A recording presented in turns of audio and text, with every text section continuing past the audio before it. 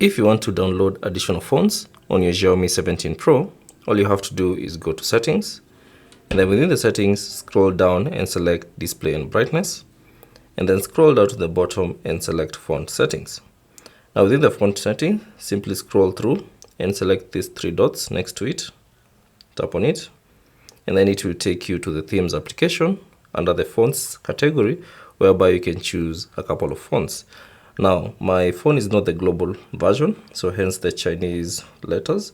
So all you have to do is scroll through and find the font that you'd like. So let's say, for instance, this particular one, you can tap on it, and then you can see a preview of how it looks like, or it will look like through your phone. So to download it, simply select Try, and then allow the download process to be installed, or the fonts to be installed, sorry.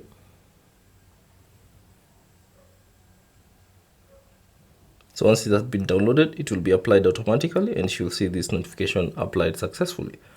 Now once you go back, you can now see your new font has been applied. So that's basically it.